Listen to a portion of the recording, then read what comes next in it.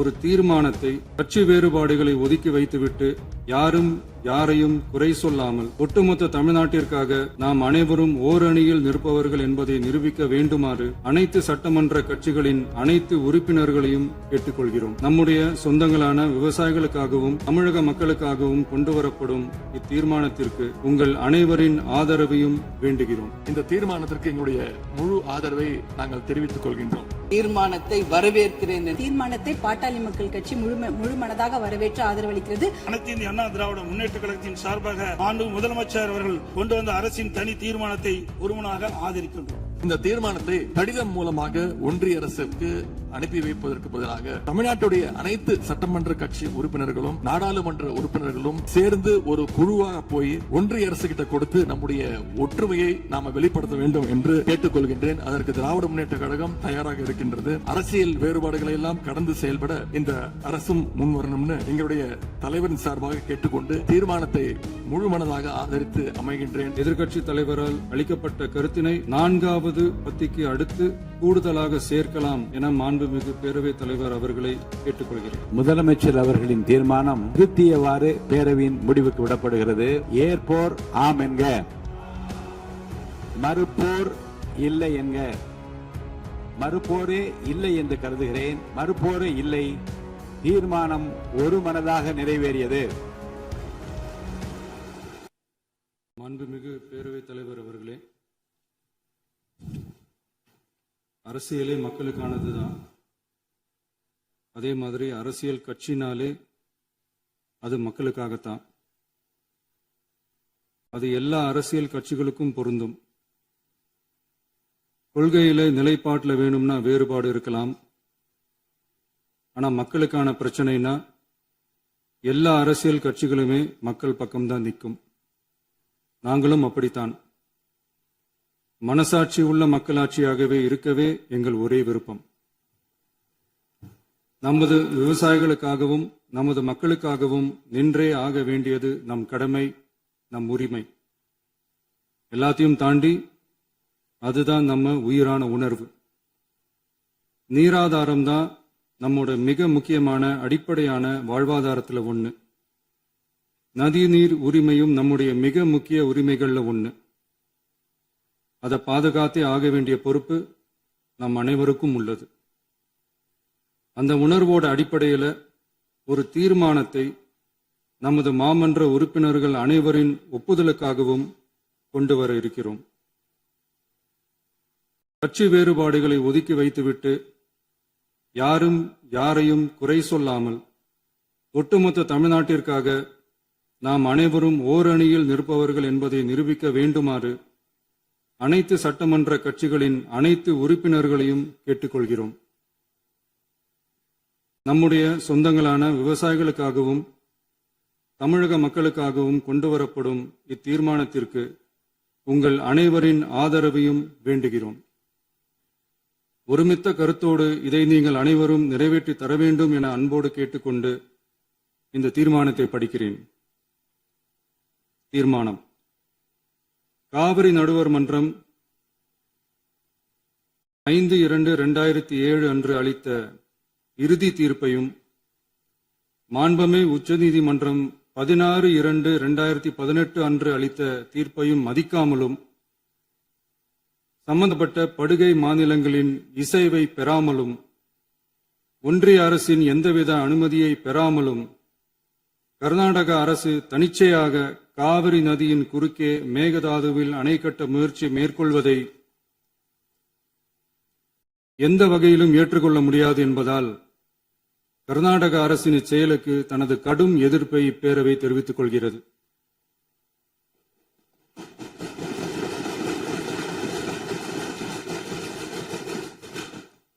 கர்நாடக அரசின் மேகதாது அணை திட்டத்திற்கு தொழில்நுட்பம், சுற்றுச்சூழல் உட்பட எவ்வித அனுமதியும் அளிக்கக்கூடாது என ஒன்றிய அரசை இப்பேரவை வலியுறுத்துகிறது.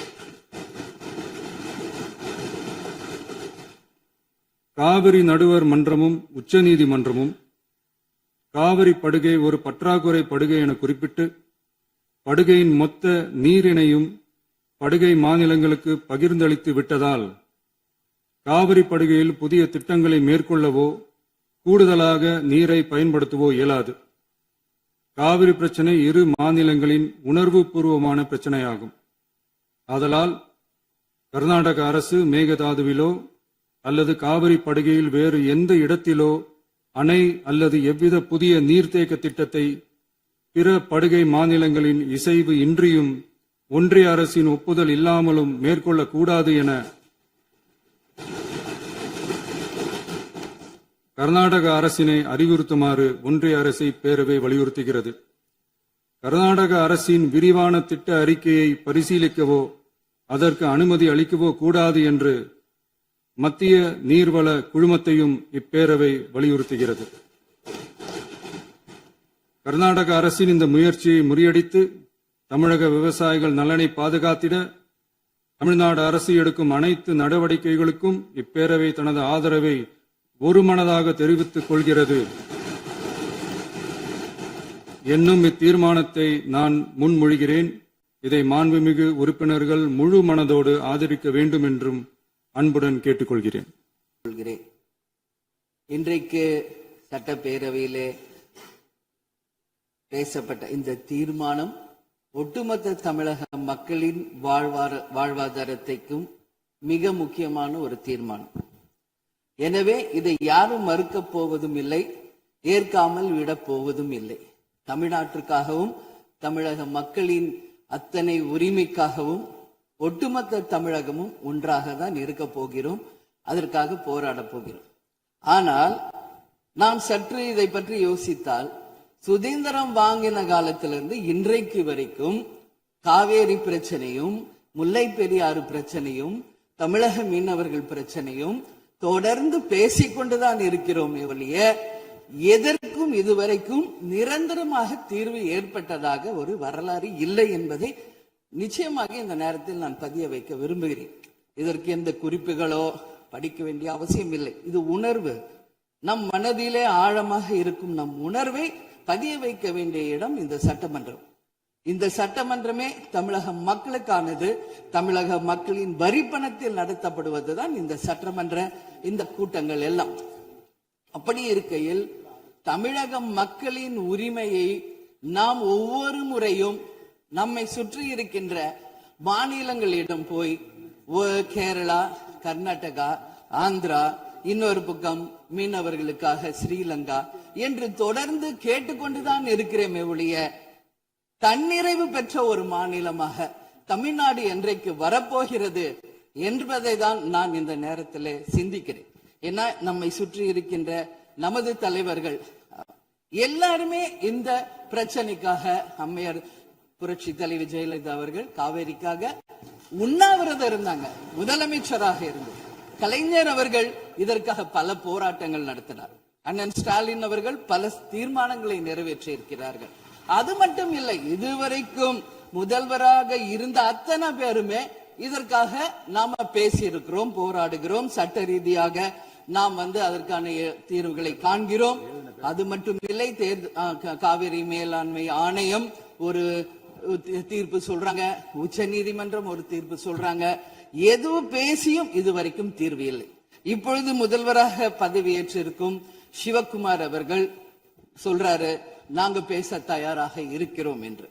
நமது முதல்வரும் சிவகுமார் அவர்களும், நான் என்ன சொல்றேன், இது எல்லாரும் மக்களுடைய, இப்போ இந்த அவை இது முக்கியமான சட்டமன்றம். இங்க வந்தவொன்னு எல்லாருக்கும் என்ன கொடுக்கறாங்க? தண்ணி தான் கொடுக்கறாங்க. அப்போ ஒவ்வொரு மனிதருக்கும் தண்ணி தான் முக்கியம். இன்னைக்கு காவேரி தாயின்னு தான் நம்ம சொல்றோம். ஒரு தாயின் ஒரு குழந்தைக்கும் எப்படி தாய்ப்பால் இன்றியமையாதோ அது பாருங்க, அத்தனை பேரும், அது விவசாயிகளா இருக்கட்டும், குடிமக்களாக இருக்கட்டும், இங்கு மிக முக்கியமானது குடிதண்ணீர். நீரின்றி அமையாது இவ்வுலகு. அதனால முதல்வர் அவர்களே, உங்களை நான் கேட்டுக்கிறது, எப்படி மின் மிகை மாநிலமாக தமிழகத்தை உருவாக்கணுமோ அது மாதிரி மின் மிகை நீர் மேலாண்மையை நாம் நிச்சயம் உருவாக்க வேண்டும் என்று கேட்டுக்கொள்கிறேன். மழை நமக்கு ஒரு கொடை, கடவுள் கொடுத்தது.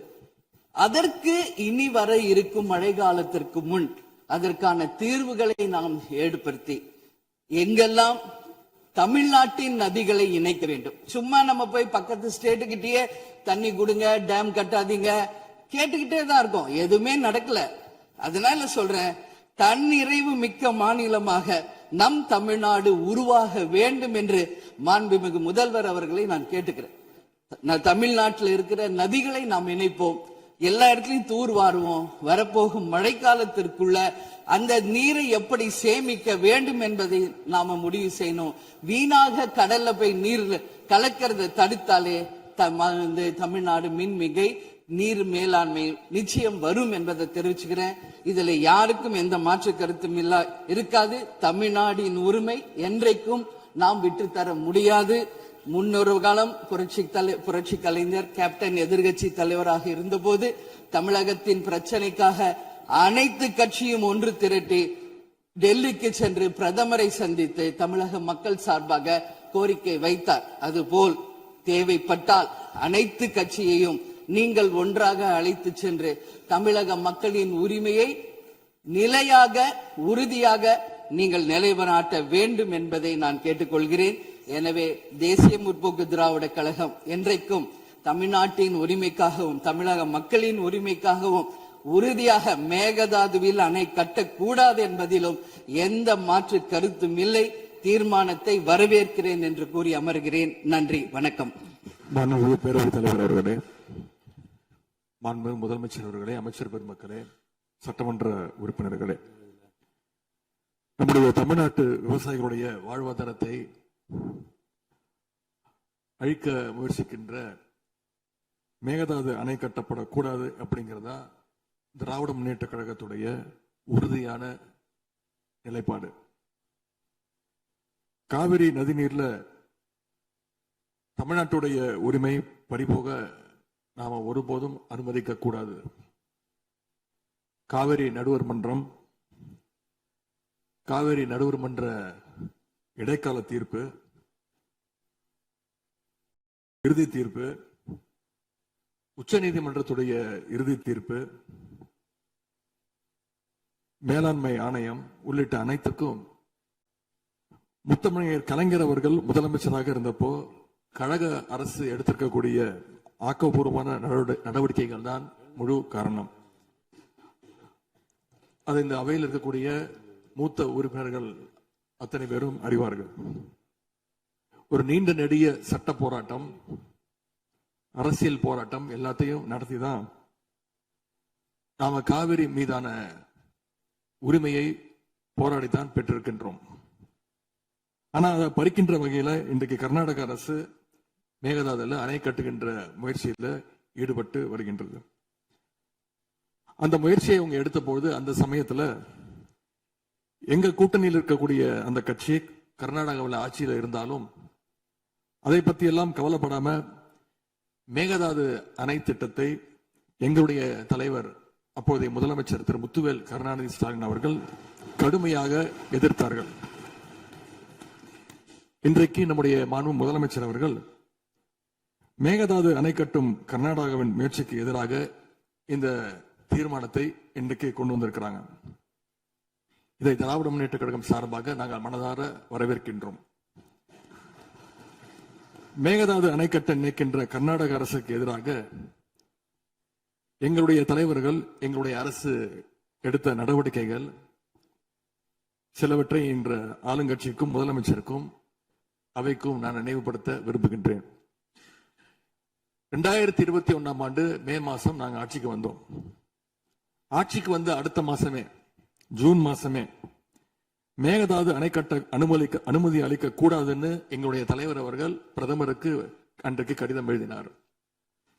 பிறகு அதே கருத்தை வலியுறுத்தி ஜூலை மாதத்துல ஒன்றிய ஜல்சக்தித்துறை அமைச்சருக்கும் எங்களுடைய முதலமைச்சர் அவர்கள், எங்களுடைய தலைவர் அவர்கள் அன்றைக்கு ஒரு கடிதம் எழுதினார்கள். இதை அடுத்து அனைத்து சட்டமன்ற கட்சி தலைவர்கள் கூட்டத்தை கூட்டி எந்த காலத்திலும் அணையை கட்டக்கூடாது, அனுமதிக்க கூடாது என்ற தீர்மானத்தையும் நாங்கள் நிறைவேற்றினோம். ஜூலை மாதத்தில் மீண்டும் அதே ஒன்றிய அமைச்சர்கிட்ட நேரில் சென்றும் வலியுறுத்தி இருக்கிறோம். கடந்த 2022-23 ஆண்டு நிதியாண்டுல அணை கட்டுவதற்காக கர்நாடக அரசு 1000 கோடி ரூபாயை ஒதுக்கீடு செஞ்ச உடனே இந்த விஷயம் தெரிஞ்ச உடனே இதே அவையில அதை கண்டிச்சு அரசினர் தனி தீர்மானத்தையும் எங்களுடைய அரசு அன்றைக்கு நிறைவேற்றுச்சு. அன்றைக்கு எங்களுடைய தலைவர் அவர்கள், முதலமைச்சர் அவர்கள் பேசும்போது சொன்னார், தமிழ்நாட்டின் உரிமையில நாம அனைவரும் ஒன்றுபட்டு நிற்போம் அப்படின்னு எங்களுடைய தலைவர் அன்றைக்கு இது அவையில குறிப்பிட்டு பேசியிருக்கிறார். மேகதாது அணை கட்டுறது பத்தின விரிவான திட்ட அறிக்கையை விவாதிக்கணும்னு காவிரி நதிநீர் மேலாண்மை ஆணைய கூட்டத்தில் கர்நாடக அரசும் ஒன்றிய அரசும் வச்ச அஜெண்டாவை நீக்க எங்க தலைவர் தலைமையிலான அரசு அன்றைக்கு கடுமையாக வலியுறுத்தியது. இதற்காக அன்றைய முதலமைச்சரான எங்களுடைய தலைவர் பிரதமருக்கு மீண்டும் ஒரு கடிதம் எழுதினார். ஜூலை மாதத்தில் 2022 ஆண்டு. அப்போதைய நீர்வளத்துறை அமைச்சர் திரு துரைமுருகன் தலைமையில் தமிழ்நாடு சட்டமன்ற அனைத்து கட்சி குழுவினர் ஒன்றிய ஜல்சக்தி அமைச்சரை நேரில் சந்திச்சு வலியுறுத்தி இருக்கிறாங்க. இப்படி நம்முடைய தொடர் எதிர்ப்பின் காரணமாகத்தான் மேகதாது அணையுடைய டீடைல்டு ப்ராஜெக்ட் ரிப்போர்ட் பிப்ரவரி மாதம் மத்திய நீர்வள ஆணையத்திற்கு மீண்டும் திருப்பி அனுப்பப்பட்டது. மேலும் கழக அரசுடைய எதிர்ப்பால மேகதாது அணையுடைய டேர்ம்ஸ் ஆஃப் ரெஃபரன்ஸை தன்னுடைய திட்டப்பட்டியலில் இருந்து ஒன்றிய சுற்றுச்சூழல் அமைச்சகமும் நீக்கினாங்க. அது மட்டும் இல்லாமல் 2024 ஆண்டு நவம்பர் மாதம் ஒன்றிய சுற்றுச்சூழல் அமைச்சர் எங்களுடைய அரசினுடைய நீர்வளத்துறை அமைச்சருக்கு ஒரு கடிதம் அனுப்பியிருந்தார். அவர் எழுதியிருக்கக்கூடிய அந்த கடிதத்தில் இரு மாநிலங்களுக்கு இடையே சுமூக தீர்வு எட்டப்பட்ட பிறகுதான், அதாவது டேர்ம்ஸ் ஆஃப் ரெஃபரன்ஸ் அனுமதி பற்றி ஆலோசிக்கப்படும் என்று அந்த கடிதத்தில் குறிப்பிட்டு எழுதியிருக்கின்றார். மேகதாது அணை தொடர்பாக கர்நாடக அரசு விரிவான திட்ட அறிக்கை டீடைல்டு ப்ராஜெக்ட் ரிப்போர்ட் சமர்ப்பிக்கல அப்படிங்கிறது தான் எங்களுடைய கழக அரசு இருந்த வரையிலான நிலைமை.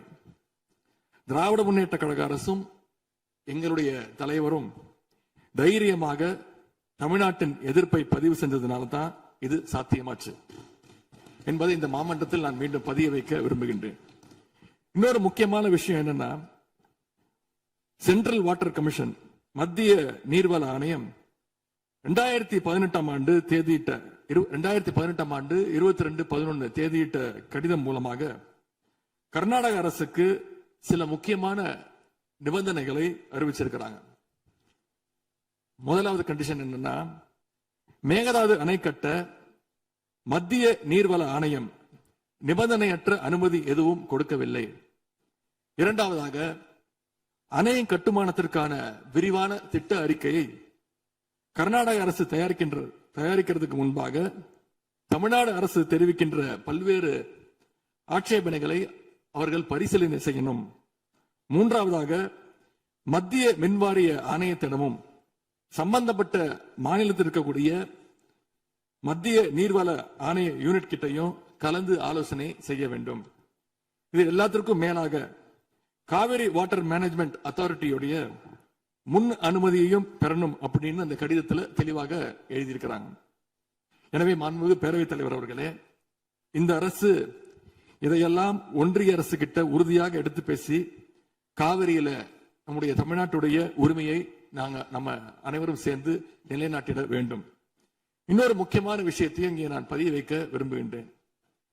மேகதாது பிரச்சனை தொடர்பாக கடந்த 13/11/2025 ஆண்டு அன்றைக்கு உச்சநீதிமன்ற தீர்ப்பு வெளிவந்த பிறகு 4/3/2026 அன்றைக்கு அன்றைய முதலமைச்சரான எங்களுடைய தலைவர் அவருடைய உத்தரவின்படி தமிழ்நாடு நீர்வளத்துறை அரசு செயலாளர் ஒன்றிய ஜல்சக்தி துறை செயலாளருக்கு ஒரு கடிதம் எழுதியிருக்கின்றார்.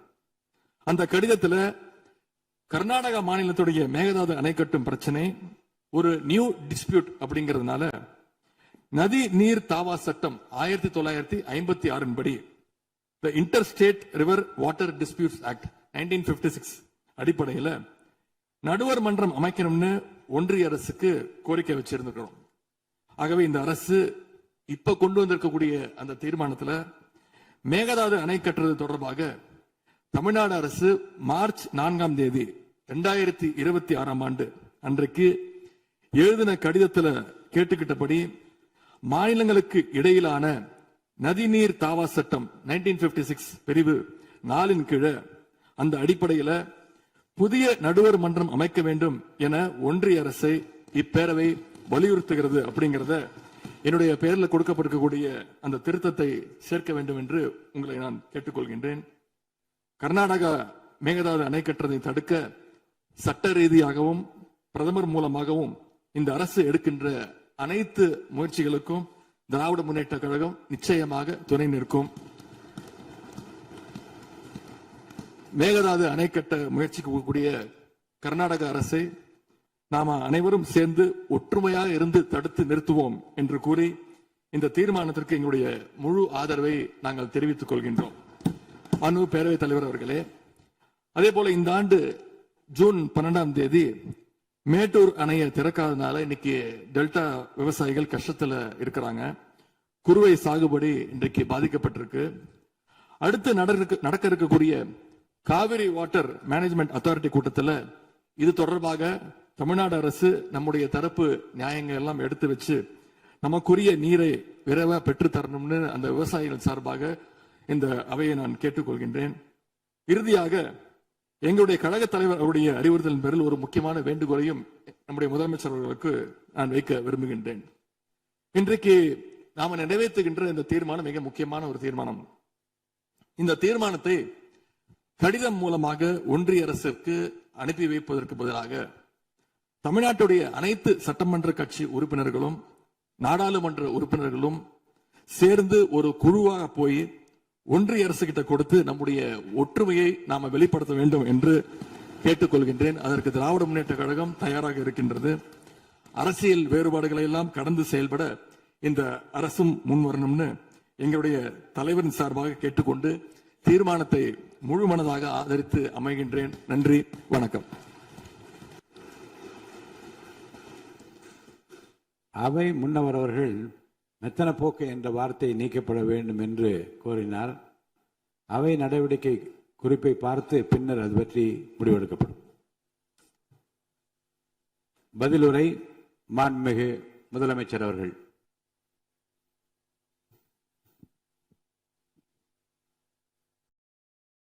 மாண்புமிகு பேரவைத் தலைவர் அவர்களே, அரசின் தனி தீர்மானத்திற்கு ஆதரவு கருத்து தெரிவித்து அனைத்து மாமன்ற உறுப்பினர்களுக்கும் எனது நன்றியை தெரிவித்துக் கொள்கிறேன். மாண்புமிகு எதிர்க்கட்சித் தலைவர் அவர்கள் பேசும்போது அரசின் தனி தீர்மானத்தில் ஒரு கருத்தை சேர்க்க கோரியுள்ளார். அது குறித்து கீழ்கண்ட கருத்தினை பேரவைக்கு தெரிவிக்க விரும்புகிறேன். மேகதாது பிரச்சினை சம்பந்தமாக எனது தலைமையில் 26/5/2026 அன்று மேகதாது பிரச்சினைக்காக பிரத்யேகமாக தனி நடுவர் மன்றம் அமைப்பது குறித்து சட்ட வல்லுநர்களுடன் கலந்தாலோசித்து தனி நடுவர் மன்றம் அமைக்க ஏற்கனவே தேவையான சட்ட நடவடிக்கைகள் எடுக்கப்பட்டு வருகின்றன. எனவே எதிர்க்கட்சி தலைவரால் அளிக்கப்பட்ட கருத்தினை 4வது பத்திக்கு அடுத்து கூடுதலாக சேர்க்கலாம் என மாண்புமிகு பேரவைத் தலைவர் அவர்களை கேட்டுக்கொள்கிறேன். முதலமைச்சர் அவர்களின் தீர்மானம் திருத்தியவாறு பேரவையின் முடிவுக்கு விடப்படுகிறது. ஏற்போர் ஆம் என்க.